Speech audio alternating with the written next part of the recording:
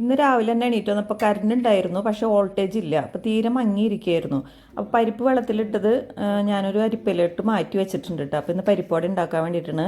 അങ്ങനെ ഞങ്ങളുടെ gas stove കത്തിക്കാൻ വേണ്ടിയിട്ട് മുകളിലുള്ള ഇലക്ട്രിക് സ്റ്റൗ ഒക്കെ ഇറക്കി താഴത്തേക്ക് വെച്ച്. അപ്പോൾ ഗ്യാസിൻ്റെ ചുറ്റുമൊക്കെ ചെറുതായിട്ടൊരു ഫംഗസ് പിടിച്ചിട്ട് ഉപയോഗിക്കണില്ലല്ലോ. അപ്പോൾ അതൊക്കെ ഒന്ന് തുടച്ച് ക്ലീൻ ചെയ്തെടുക്കണ്ട ഞാൻ. അത് കഴിഞ്ഞിട്ട് ഞാൻ മുട്ടയും പഴവും ഇതേപോലെ പുഴുങ്ങാൻ വേണ്ടി വെച്ചിട്ടുണ്ട്. അപ്പോൾ ഇക്കാക്കുള്ള വെള്ളയപ്പവും ഉണ്ടാക്കിക്കൊണ്ടിരിക്കുന്നുണ്ട് കേട്ടോ.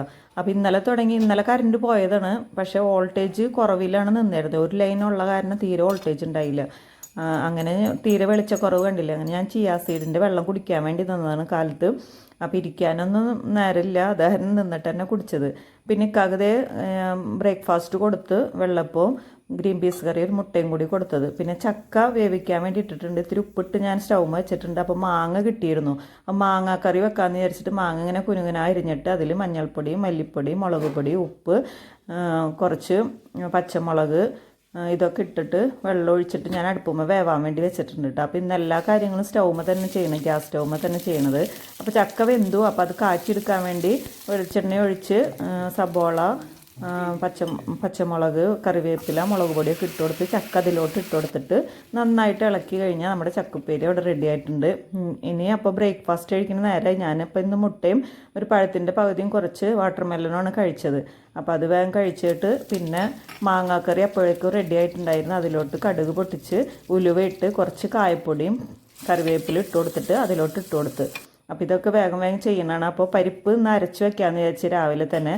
അപ്പോൾ അതിലോട്ട് ചെറിയ സബോള, ഇഞ്ചി വെളുത്തുള്ളി ചതച്ചത്, ഉള്ളി ചതച്ചത്, പച്ചമുളക് അരിഞ്ഞത്, പിന്നെ കുറച്ച് പെരിഞ്ചീരകം എല്ലാം ഇട്ടിട്ട് പരിപ്പ് മിക്സിയുടെ ജാറിലിട്ട് അരച്ചിട്ട് നല്ല ഉരുള പോലെ ആക്കിയെടുത്തിട്ട് ഉപ്പും കൂടി ഇട്ട് കറിവേപ്പില ഇട്ട് നന്നായിട്ട് കൈ കൊണ്ട് തിരുമ്മിയതിന് ശേഷം എല്ലാ ഭാഗത്തേക്കും തിരുമ്മി യോജിപ്പിച്ചതിന് ശേഷം മൂടി വെച്ച് ഞാൻ ഫ്രിഡ്ജിൽ വെക്കുള്ളൂ കേട്ടോ. അപ്പോൾ വൈകിട്ട് ഉണ്ടാക്കാമെന്ന് വിചാരിച്ചിട്ടുണ്ട്. അങ്ങനെ കുളിയൊക്കെ കഴിഞ്ഞ് വന്നു. ചോറ് ചൂടാക്കാൻ വെച്ചിട്ടുണ്ട്.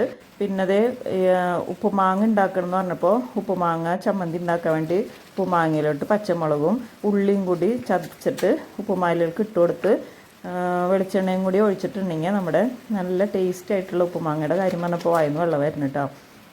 അത് വീഡിയോയിൽ കാണുമ്പോഴാണ് നമുക്ക് അതിൻ്റെ വെള്ളം വരിക. അപ്പോൾ അതൊക്കെ അവിടെ റെഡി ആയിട്ടുണ്ട്. അങ്ങനെ ഞങ്ങൾ ലഞ്ച് കഴിക്കാനിരുന്നു. ക്യാബേജ് ഉപ്പേരി, ചക്കുപ്പേരി, പരിപ്പുലർത്തിയത്, മാങ്ങാക്കറി, ഉപ്പുമാങ്ങ ചമ്മന്തി, സാമ്പാർ ഇതൊക്കെ കൂട്ടിയിട്ടാണ് ഇന്നത്തെ ലഞ്ച്. അങ്ങനെ എല്ലാവർക്കും വീഡിയോ ഇഷ്ടമായ ലൈക്ക് ചെയ്യാനും ഷെയർ ചെയ്യാനും സബ്സ്ക്രൈബ് ചെയ്യാനും മറക്കരുത്. Tata bye bye.